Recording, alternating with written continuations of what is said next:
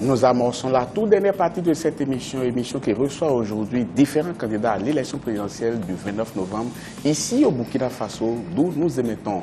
Marie-Angèle, est-ce que notre invité, le tout dernier, est déjà avec nous?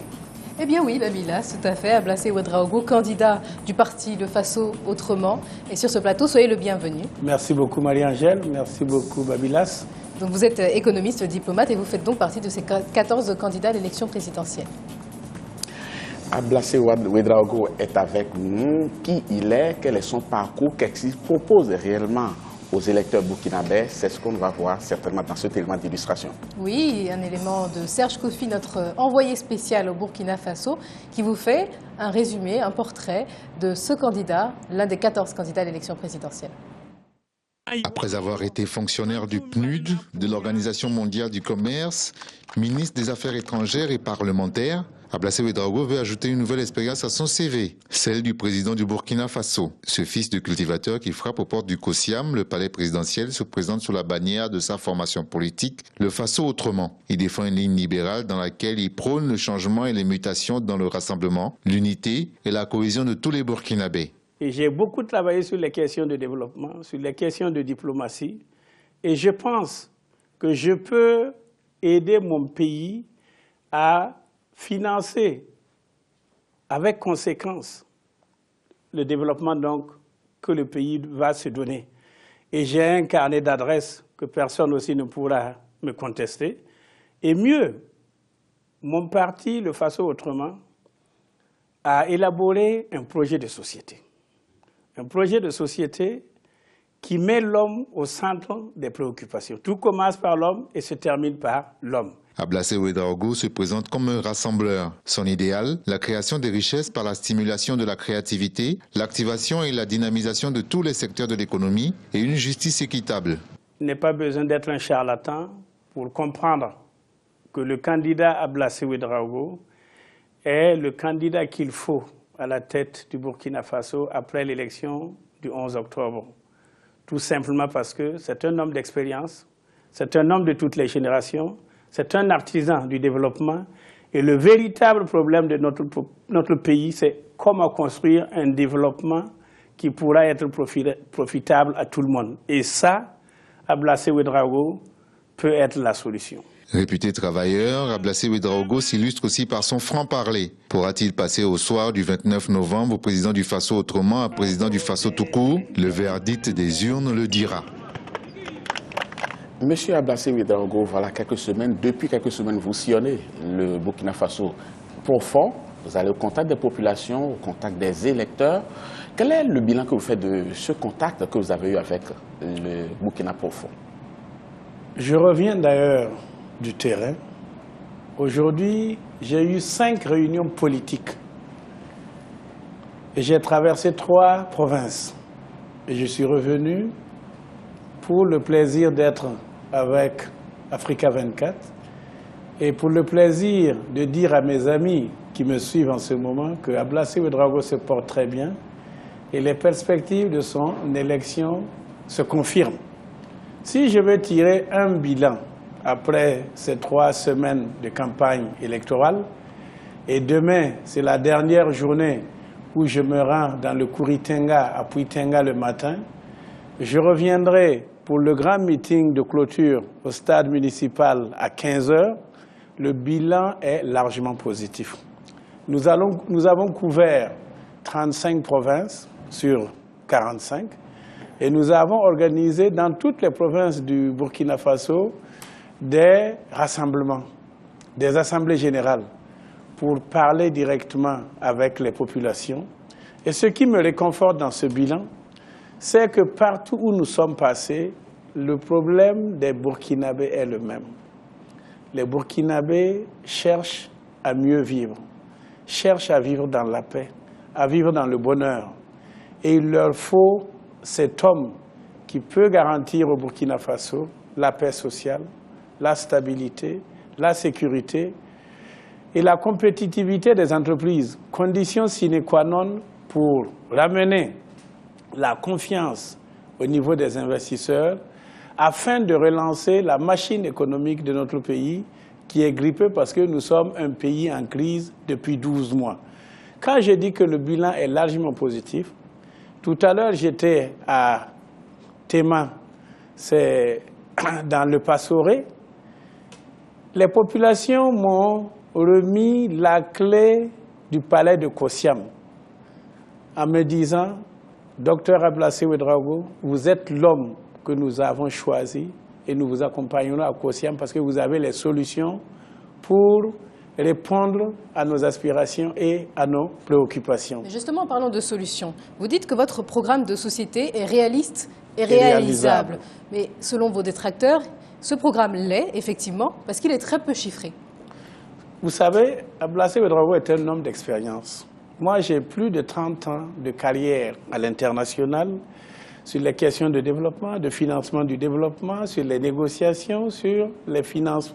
Donc, je ne me précipite pas à donner des chiffres au hasard pour embrouiller les populations. Ablassé Ouedraogo, installé à Kossiam, nous allons immédiatement convoquer une conférence des amis du Burkina Faso pour réfléchir sur les perspectives de relance de notre économie avec des objectifs bien précis de façon à avoir maintenant une situation chiffrée. Aujourd'hui, si je me mets à donner des chiffres au hasard, je joue au charlatan. Parce que vous ne pourrez pas rendre de compte justement à cette population? Non. Vous savez, le Burkina Faso que je vais prendre en main ne part pas de zéro. Il y a des programmes qui existent. Maintenant, il faut faire des projections à partir de ce que la SCAD, qui n'est pas une mauvaise chose en soi, ce que la SCAD a pu donner au pays. Avec la traversée donc, de cette crise de 12 mois, on réajuste tout et puis on a un programme réaliste. Moi, j'ai dit, tous ceux qui avancent les chiffres en milliards, ils sont en train de mettre la poudre aux yeux des Burkinabés. Ce sont des chiffres qui ne sont pas exacts parce qu'eux-mêmes ne savent pas quelle est la réalité de notre pays. Moi, je conduirai, dans les 6 mois qui vont suivre mon installation à Kossiam, je conduirai un audit de tous les comptes publics et je ferai identifier tous les projets qui ont été fictivement exécutés dans ce pays. Et Dieu seul sait, il y en a. On vous donne des projets, des programmes financés, exécutés, réalisés avec des rapports de réalisation. Vous allez sur le site, il n'y a rien. Si vous voulez faire de la prospective avec une situation qui n'existe pas, ben vous trompez le peuple. Moi, je ne suis pas pressé. Je suis économiste de formation. J'ai bourlingué dans tous les couloirs du développement, PNUD, ONUDI, OMC, CEDEAO, Union africaine. Donc, je connais ce que veut dire le développement et ce que veut dire le financement du développement. Et j'en profite pour dire que le problème du Burkina, ce n'est pas le financement de ces projets et programmes. Le problème du Burkina, c'est d'élaborer des projets pertinents, des projets qui peuvent inciter les investisseurs à venir mettre leur billes et à pouvoir les ressortir. Monsieur Ouedraogo, certains Burkinabés estiment que le quinquennat prochain sera un quinquennat de réconciliation. Comment est-ce que vous allez procéder pour réconcilier ces Burkinabés avec eux-mêmes? Je vais vous dire une chose.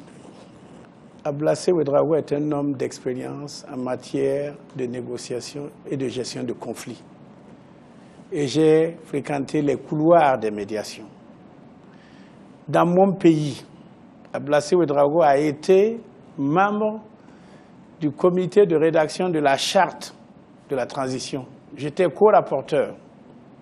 Ça veut dire que pour nous, nous comprenons ce que veut dire réconciliation. C'est d'ailleurs pour cela que l'homme qui doit être à la tête du Burkina Faso doit être quelqu'un qui est tolérant, un homme de pardon, un homme qui accepte tout le monde, un homme sans frontières. Vous voulez amnistier tous les crimes qui sont produits Je vais avant vous, c'est arriver, ça? un homme sans frontières, une poubelle pour tout dire, qui accepte le bon et le mauvais, mais il a fait une combinaison pour que tout le monde y vive.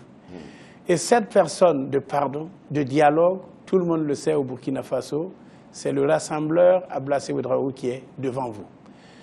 Vous savez, pendant la dernière crise, quand on cherchait les solutions, le coup d'État manqué de Gilbert Guinguéré, une radio étrangère m'a posé la question, qu'est-ce qu'on fait en matière d'amnistie? Et j'ai dit, ce qu'il faut pour le Burkina Faso en ce moment, et c'est mon expérience qui parle parce qu'on l'a appliqué dans d'autres pays, il faut faire une amnistie ciblée.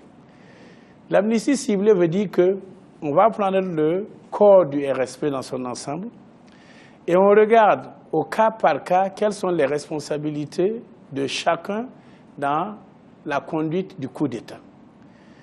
Et naturellement qu'on trouvera, après cette investigation, des gens qui probablement sont dans le RSP, mais qui n'étaient pas d'accord avec le coup d'État. Vous ne pouvez pas condamner ces personnes-là avec la même rigueur ou le même niveau de sanction que le général Guinguéré, sinon ce serait faire de l'injustice. C'est ce que nous avons dit, une amnistie ciblée, et c'est ce qu'on est en train de faire. Les enquêtes vont déterminer devant la justice quels sont les véritables coupables et quels sont ceux qui ont été embarqués comme ça. C'est ça une amnistie ciblée. Et je pense que nous sommes un État de droit et nous voulons une justice équitable pour tous les Burkinabés. Est-ce que ce message de conciliation, justement, vous pensez réellement qu'il peut séduire ces Burkinabés qui se sont levés, qui sont descendus dans les rues? Mais nous étions avec les populations dans les rues. C'est nous qui étions les leaders. Et je dis ici, que ce soit pour les 30 et 31 octobre 2014, ou que ce soit pour le coup d'État manqué du 17 septembre dernier, c'est parce qu'il y a eu des Burkinabés courageux qui ont pris le risque d'établir des liens de dialogue que le Burkina a pu se sortir de cette affaire. Et vous savez, la chance de notre pays, c'est que nous avons une spécificité. Nous vivons sur un socle culturel fait de 3 grosses entités. C'est le pardon.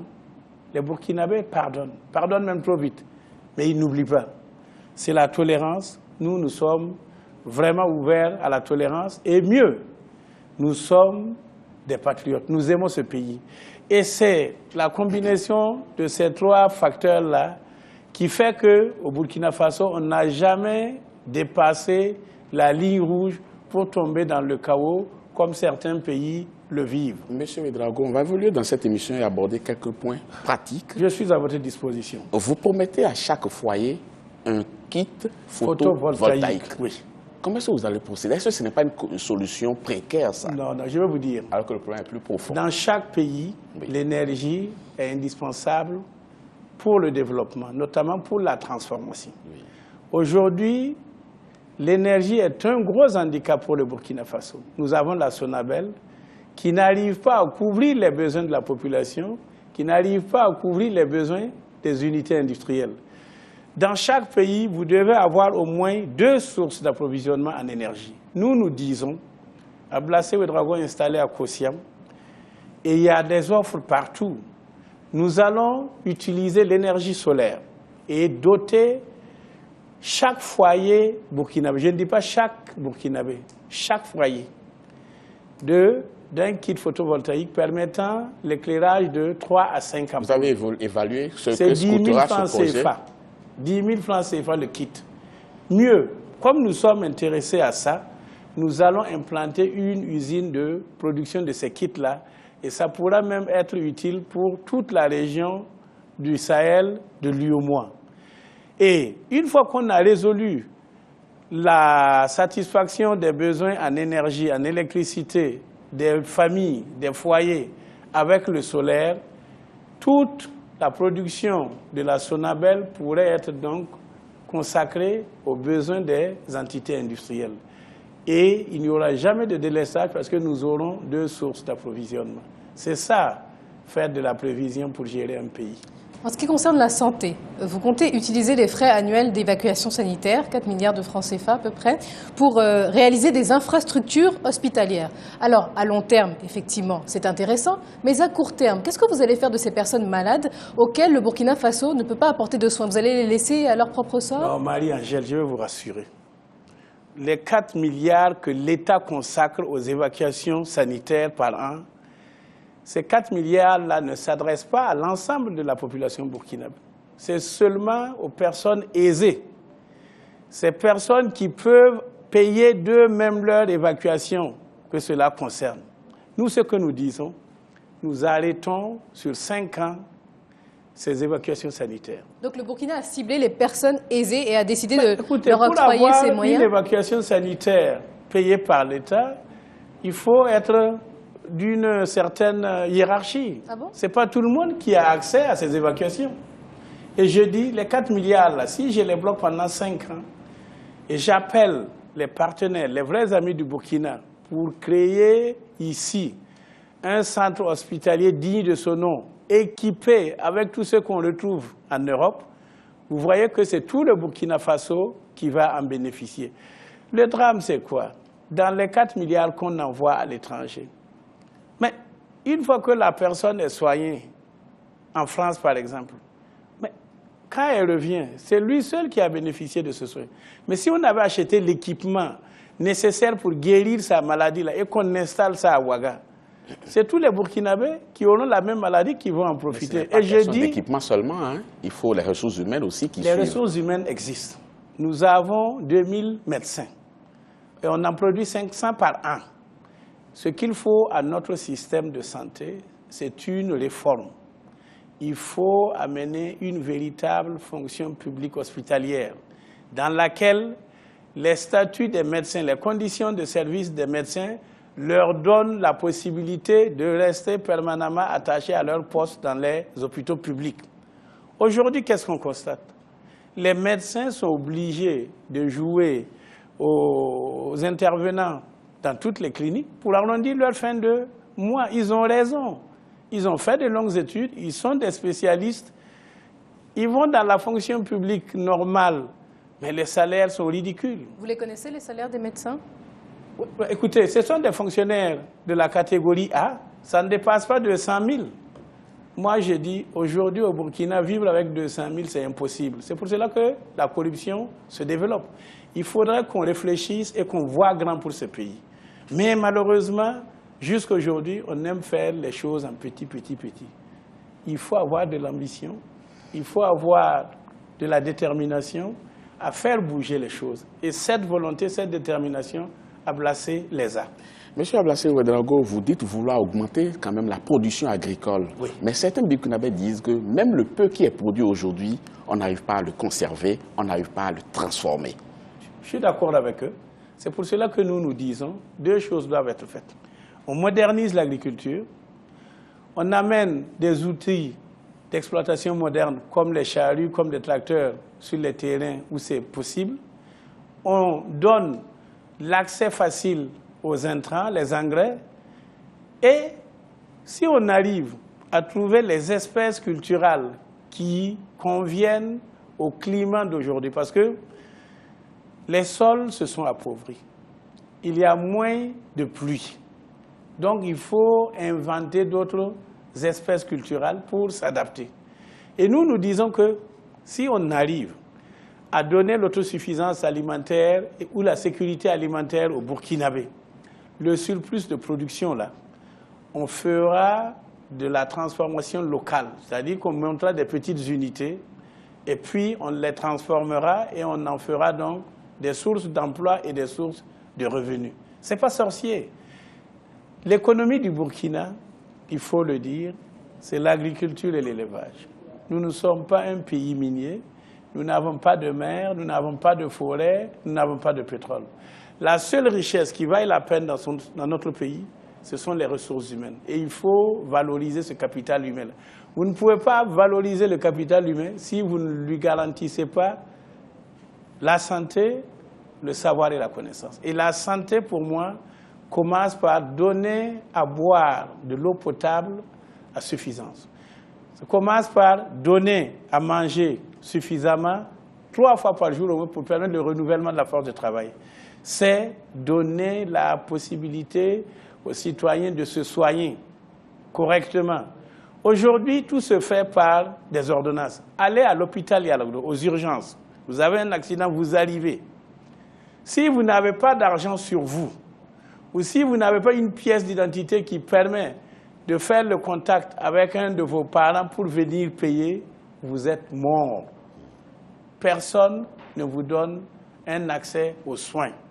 Nous disons, il faut que cela change. Pour le savoir et la connaissance, Madame Marie-Angèle Monsieur Babilas, vous savez, un être humain qui n'a rien dans le crâne ne peut pas faire des miracles.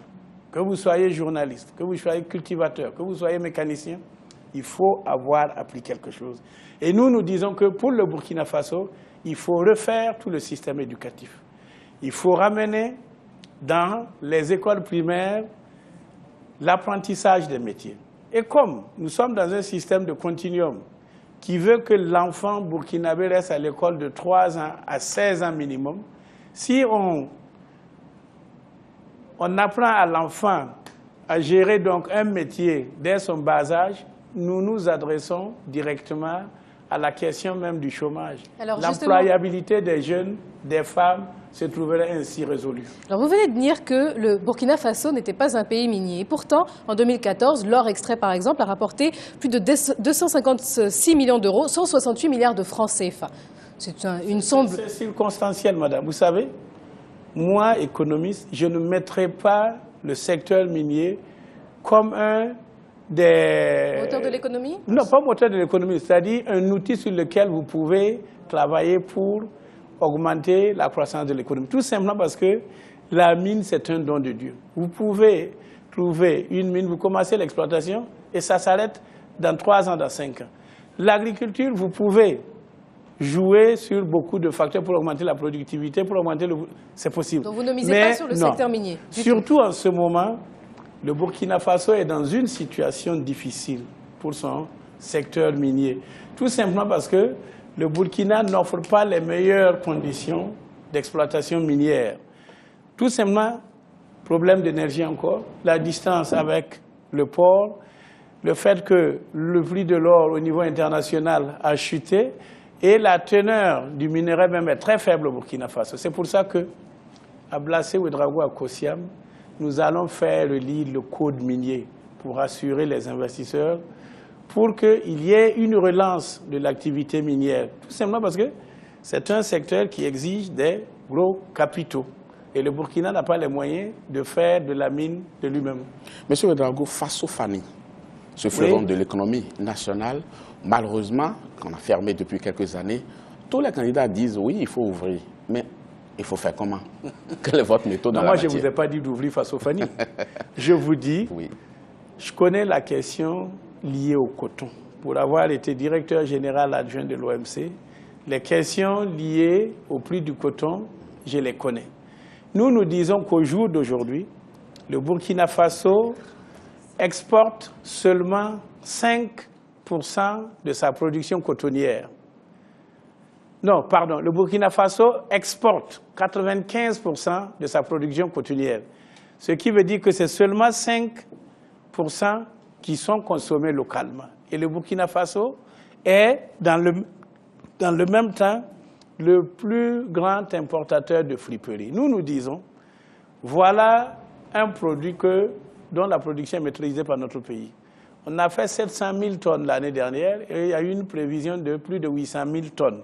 Si on arrivait à renverser donc la situation actuelle, transformer les 95% de la production localement et n'exporter que 5%, regardez tout le gain qu'on va avoir. On crée des emplois, on crée des revenus et ça va aller de l'agriculteur, du cotonculteur jusqu'à l'unité industrielle. Monsieur Ouedraogo, une toute dernière question dans cette émission. Je cite une de vos phrases.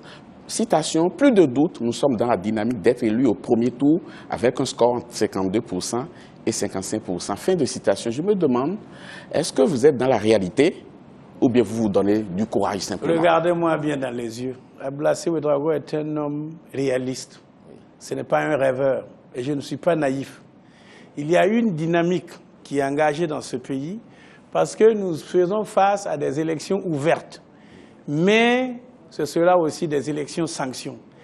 Et ce qui me rassure dans ce que j'ai pu constater sur le terrain et qui me conforte, donc vous pensez vraiment? Je conforte qu'au premier tour, Blassé Ouedraogo peut gagner l'élection avec 52% à 55%. Mais on ne voit pas de grande force politique derrière vous, hein, quand vous faites une cour assidue au CDP, une élection présidentielle, c'est un individu devant son peuple. Oui.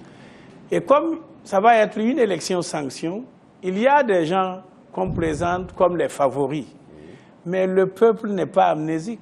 Mais il a été sondé, le peuple. Et pourtant, il a répondu que vous n'étiez pas parmi les 3 premiers. Si c'est les sondages, je vais vous dire, moi, président de ce pays, j'interdirai les sondages parce que ce sont des résultats bidons. Oui, personne aujourd'hui ne peut dire qu'Ablassé Ouédraogo a moins de 1%. Il faut traverser le pays pour regarder. Mais monsieur Ouédraogo, apparemment vous faites une cour assidue quand même au CDP, hein, le l'ancien parti au pouvoir. Savez, apparemment ça n'a pas l'air de prendre. Au jour d'aujourd'hui, Ablassé Ouédraogo est soutenu par une coalition de 12 partis politiques. Oui. La coalition Ensemble Autrement. Et le CDP, effectivement, je considère que le CDP ne peut pas être mis de côté. Parce que le CDP, ça représente quand même plus de 50% de la population. De toute façon, les responsables du CDP sont à l'écoute. Donc vous ne les minimisez pas. Oui, ils le savent. Ils le savent. Et dans tout le scénario possible, Ablassé Ouédraogo est celui qui a plus de chances de bénéficier de l'appui du CDP. Et d'ailleurs, je vais vous confirmer, sur le terrain, et nous l'avons vu tout à l'heure, tous les militants du CDP, des zones où on a traversé là, ont déjà fait le choix pour Ablassé Ouédraogo, parce que je suis un homme de dialogue, je suis un homme de pardon, je suis un rassembleur. Homme de pardon, rassembleur. Regardez cette caméra, je vous en prie, et adressez à ces téléspectateurs qui nous suivent, surtout à ceux-là qui iront voter le 29 novembre prochain. Pourquoi? C'est pour Ablassé Ouédraogo qui devrait voter. 30 secondes. Hein. Mes chers compatriotes, ne vous trompez pas de choix. Le 29 novembre 2015 sera un jour crucial pour le Burkina Faso. Vous vous êtes soulevés les 30 et 31 octobre 2014 pour demander l'alternance, pour demander le changement. Ablassé Ouédraogo est la clé du changement et de l'alternance pour notre pays. Il a les capacités, il a les compétences, il a un programme. Ablassé Ouédraogo, c'est l'homme qu'il faut pour le Burkina Faso pour les prochaines 5 ans. Merci beaucoup, monsieur Ablassé Ouédraogo. Marie-Angèle Touré, le temps de dire merci et de dire au revoir à notre invité. Oui, car effectivement, vous êtes l'un des 14 candidats à l'élection présidentielle, Ablassé Ouédraogo. Vous représentez le parti Faso Autrement à cette élection. Merci d'avoir accepté notre invitation. C'est toujours un plaisir d'être sur le plateau d'Africa 24 et j'en profite pour faire un coucou à tous les amis à travers le monde. Ablassé Ouédraogo se porte bien et ses chances restent intactes. Marie-Angèle, balai de candidats sur ce plateau ce soir. Est-ce que vous avez un 4e à recevoir ou bien vous allez céder le fauteuil? Non, mais Bilas, on va s'arrêter là pour les candidats ce soir. On va effectivement regarder le journal de campagne qui a été réalisé par nos correspondants et nos envoyés spéciaux au Burkina Faso. Un journal présenté par Djibril Fofana. Et juste après, Thierry Ngogang sera sur ce plateau pour débriefer ses émissions avec les experts. Nous, on vous dit au revoir et puis on se retrouve demain pour un autre thème de cette émission. Spectateurs d'Africa 24, bienvenue au journal de campagne. Le candidat indépendant Jean-Baptiste Atama poursuit sa conquête de l'électorat. Dans la région du Centre-Est, il a choisi son village natal, Tikba, pour communier avec les populations. Là-bas, il a promis de lutter contre le grand banditisme. Un reportage de notre envoyé spécial, Wendiam Valentin Compaoré. Dans sa quête de la magistrature suprême au Burkina Faso, Jean-Baptiste Atama a été dans la région de l'Est, notamment à Tibga, son village natal. Cette région, qui représente 17% du territoire national, est en proie à des actes de banditisme de grand chemin. Là, Jean-Baptiste Atama est venu les rassurer. L'insécurité prendra fin sous son mandat.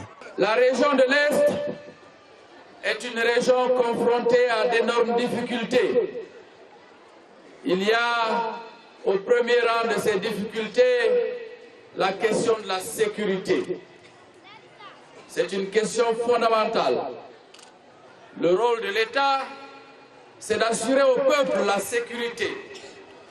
sécurité individuelle et collective, la sécurité qui permettra au peuple de vaquer quotidiennement à ses activités dans la quiétude. Évoquant le désenclavement des communes de la région lors de ce meeting, du fait du mauvais état des routes, le candidat s'est engagé à bitumer toutes les routes nationales pour résoudre les problèmes d'interconnexion des différentes communes. Nous avons dit que nous allons mettre l'accent sur l'homme, parce que notre action doit partir de l'homme. Et pour l'homme, l'homme doit créer lui-même son développement. Et l'homme doit être bénéficiaire de son développement. En dehors de cela, toute autre approche ne serait que mensonge. Toute autre approche ne conduira qu'à l'échec. Afin de réduire la pauvreté dans la région de l'Est, Jean-Baptiste Natama a rassuré les militants de l'Est de la mise en œuvre des plaines irriguées autour de 11 retenues d'eau naturelles. Il est conscient qu'une telle initiative va accroître la production agricole tout au long de l'année. Le candidat a en outre promis de développer l'industrie touristique dont les retombées seront positives dans la région de l'Est au regard de son potentiel faunique. Il a déjà parcouru 41 provinces sur les 45 que compte le pays. Pour son grand meeting à Ouagadougou, la capitale, le candidat de l'UPC, l'Union pour le progrès et le changement, Zéphirin Diabré, a choisi le stade municipal de Ouagadougou pour communier avec ses militants. Il a promis d'œuvrer à améliorer leurs conditions de vie s'il est élu au soir du 29 novembre 2015. El Hadji Ndiaye a suivi ce meeting pour vous.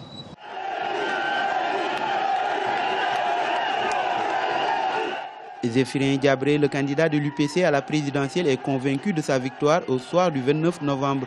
Accompagné des présidents de partis politiques qui composent la coalition ZEF 2015 pour un vrai changement, il a tenu un meeting ce mercredi au stade municipal de Ouagadougou, la capitale.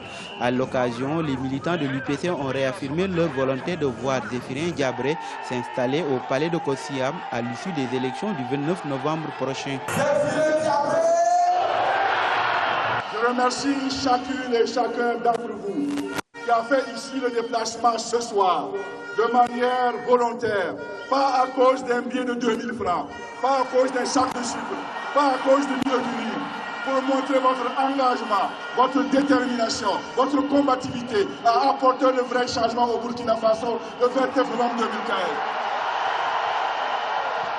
Quand je repasse à tous les meetings que j'ai déjà faits, et quand j'ajoute la démonstration magistrale de Ouagadougou, je vous le dis comme je pense, le 29 novembre, ce sera un coup KO, un coup KO, un coup KO.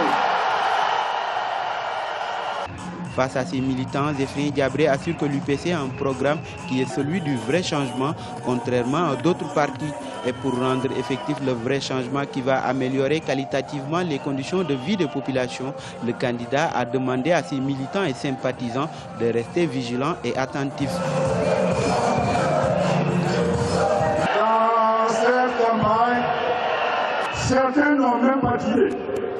Malgré tout le temps qu'ils ont passé avec leur patron et père Blaise Compaoré au pouvoir. Ils sont incapables de sortir un vrai programme et un vrai projet de société. Et vous savez quoi? Quand j'ai vu leur programme, je suis allé dans l'Internet et j'ai cherché les programmes que Blaise Compaoré avait proposés en 2005. C'est le même type, même tabac, c'est la même chose. Le meeting du stade municipal a aussi été l'occasion pour Zéphirin Diabré de lancer un message d'apaisement pour les élections. Pour l'heure, le candidat a parcouru plus de 40 provinces du Faso sur les 45 que compte le pays. Il compte bien entendu visiter le reste des provinces avant la fin de la campagne prévue ce vendredi 27 octobre à minuit. Plus que 24 heures avant la clôture de la campagne électorale ici au Burkina Faso, le candidat du parrain, le Parti de la Renaissance nationale, Tahirou Barry, accélère le rythme pour rallier les derniers suffrages à sa candidature. Le point de sa campagne avec notre envoyé spécial, El Hadji Ndiaye. Le grand marché de Ouagadougou, Rodwoko, a reçu la visite du candidat à la présidentielle 2015, Tahirou Barry. Objectif, toucher du doigt la réalité que vivent les commerçants et d'autre part exposer son projet de société pour obtenir le maximum d'électeurs. Pour le candidat du parent, la lutte contre la fraude sera sa priorité une fois porté à la tête de l'État. Le marché, ce sont des commerçants qui se battent. Ce sont des commerçants qui ont décidé de ne pas mendier, de ne pas tendre la main, mais de vivre dignement de leur métier, de leur activité. Malgré les contraintes, malgré les difficultés, malgré la fraude qui paralyse leur activité, nous disons, nous sommes venus les soutenir. Président du Burkina Faso, président du Burkina Faso, on le voté. Pour soutenir les commerçants, le leader du Parti de la Renaissance nationale, Tahirou Barry, compte réhabiliter et moderniser le marché. Il y a le système qui permet à tous ceux qui sont dans les marchés et qui sont dans l'informel de rentrer dans le formel. Cela va nécessiter des mesures incitatives, cela va nécessiter des faveurs fiscales, cela va nécessiter des mesures pour permettre à tous ceux qui veulent accroître leur activité de le faire. Et ça, nous allons nous engager pour cela. Pour mettre en œuvre ces projets, Tahirou Barry compte sur les milliers de commerçants du marché de Ouagadougou pour briguer la magistrature suprême. Juriste de formation, Tahirou Barry, le candidat du parent, a invité les commerçants à avoir un comportement responsable au soir du 29 novembre, quel que soit le verdict des urnes. Merci d'avoir suivi ce journal de campagne depuis Ouagadougou au Burkina Faso. Quant à moi, je vous laisse en compagnie des programmes d'Africa 24.